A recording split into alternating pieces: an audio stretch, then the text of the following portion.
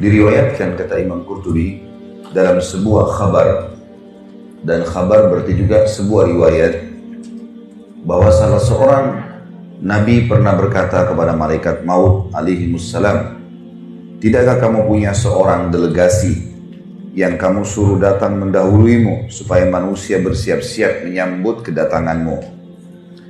Benar demi Allah, jawab malaikat maut, aku bahkan punya banyak sekali delegasi berupa macam-macam gangguan dan penyakit, uban yang ada di kepala, berbagai hal yang menyedihkan, dan berkurangnya pendengaran juga penglihatan. Jika orang yang ditimpa hal-hal tersebut tidak mau sadar juga dan tidak mau bertaubat, maka tak kala aku datang hendak mencabut nyawanya, aku menyeruhnya, bukankah aku telah mengirim terlebih dahulu kepadamu delegasi demi delegasi dan peringatan demi peringatan? Aku adalah delegasi terakhirmu.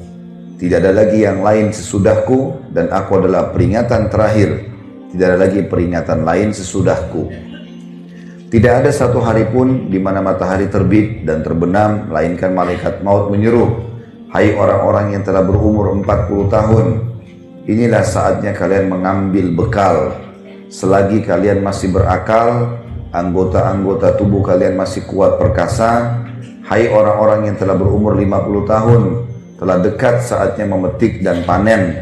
Hai orang-orang yang telah berumur 60 tahun, kalian telah melupakan hukuman Allah dan melalaikan jawaban atas firman Allah subhanahu wa ta'ala yang telah disebutkan di dalam surah Fatir ayat 37. A'udzu billahi minasyaitonir rajim. Awalam nu'ammirkum ma yatadzakkaru fihi man tadzakkara wa ja'akumul nadhir.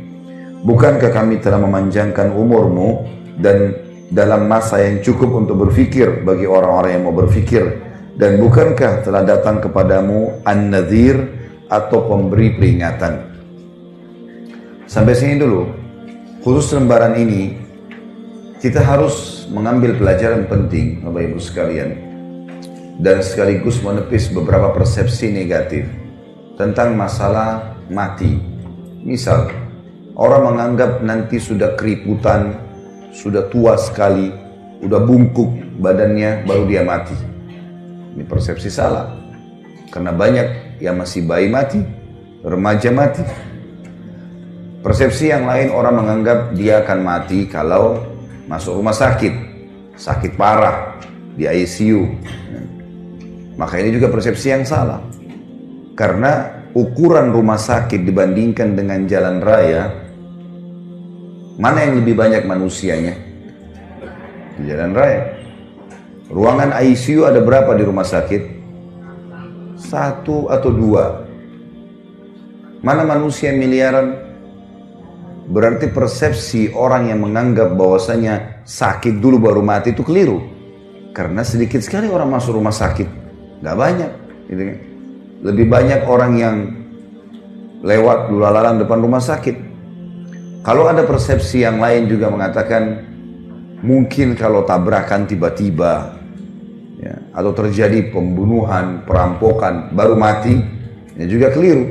Banyak orang yang tabrakan dan juga ya, dirampok tidak mati, tapi banyak orang yang justru tidak dirampok meninggal dunia. Dan ambillah dari semua persepsi yang syaitan bisikan di kuping kita untuk lalai, maka tepis semuanya. Dengan sangat yakin kalau mati bisa datang setiap saat. Mau sehat, mau sakit, mau kuat, mau lemah, mau kaya, mau miskin, laki-laki, perempuan. Jangan lalai terus. Kita perlu tahu dan garis bawahi satu hal Bapak Ibu sekalian. Kalau umur yang telah berlalu, umumnya lebih panjang daripada umur yang tersisa. Karena umur yang telah berlalu, itu yang sudah pasti kita laluin. Misal umur kita 40 tahun, itulah umur kita yang sebenarnya yang sekarang, yang sudah kita laluin, sudah kita nikmati, sudah kita lakukan berapa banyak aktivitas. Umur ke depan kita nggak tahu, sehari kah, 2 hari kah, seminggu kah, kita nggak tahu. Tapi umumnya kata ulama, umur yang berlalu pasti lebih panjang daripada umur yang akan datang, karena umur akan datang masih tanda tanya, nggak tahu berapa lama. Tanamkan baik-baik itu di benak kita Bapak Ibu sekalian supaya kita sadar. Banyak orang yang terus lalai, seakan-akan dia masih lebih panjang. Kalau sekarang 40 tahun berarti kalau saya hidup lagi 40 tahun ke depan, saya masih berumur 80 tahun. Kalau enggak, kalau meninggal tiba-tiba, banyak orang loh, kulitnya mulus, badannya sehat, apalah dengan bahasa-bahasa manusia, seksi lah, cantik lah, gagah lah, tampan lah, apalah segala macam, hilang cuma jadi kenangan. Begitu mati cuma dikenang, oh ibu itu dulu cantik, dulu, selesai. Sekarang udah dimakan oleh tanah pipinya, gitu kan, udah nggak ada lagi, gitu kan. Oh dulu ibu itu suka datang ke salon ini, dulu, gitu. Orang cuma mengenang begitu. Oh ini sepatunya dia, oh ini tasnya, oh ini tempat duduknya di majelis taklim. Orang cuma kenang. Orang cuma kenang begitu. Tetap kita secara pribadi yang akan menghadapinya. Maka jangan lalai terus ini.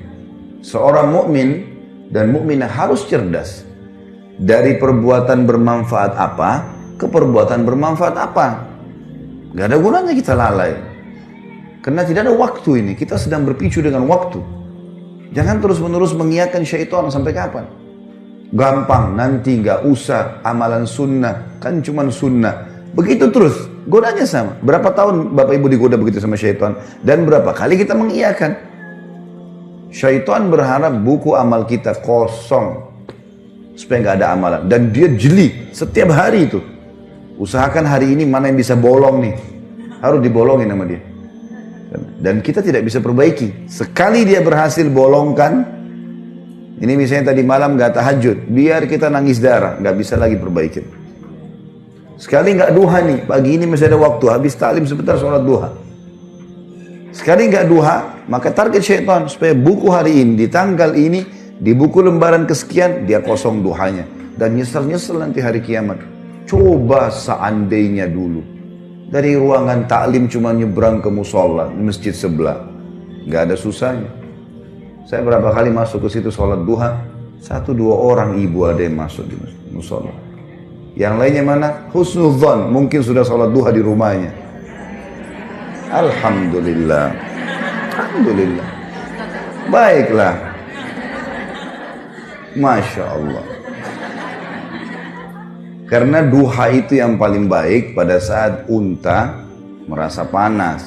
Kurang lebih jam 8. Kurang lebih. Kalau taklim kita jam 8 setengah 9, berarti sudah sholat duha semua. Masya Allah. Syukurlah. Ya urusan Bapak Ibu sama Allah. Saya cuma tugasnya mengingatkan. Artinya kalau ada orang yang sudah jalankan, Alhamdulillah. Bersyukurlah. Tapi kalau yang belum, sampai kapan mau belum nih? Sampai kapan nggak mau? Dan apa alasannya? Malas saja. Karena malas, karena semua bisa, tinggal wudhu, tinggal sholat. Syaitan bisikin, oh duha panjang tuh, 8 rakaat, 12 rakaat. Coba dulu, lakukan dulu sholat. Lakukan dulu, gulirkan.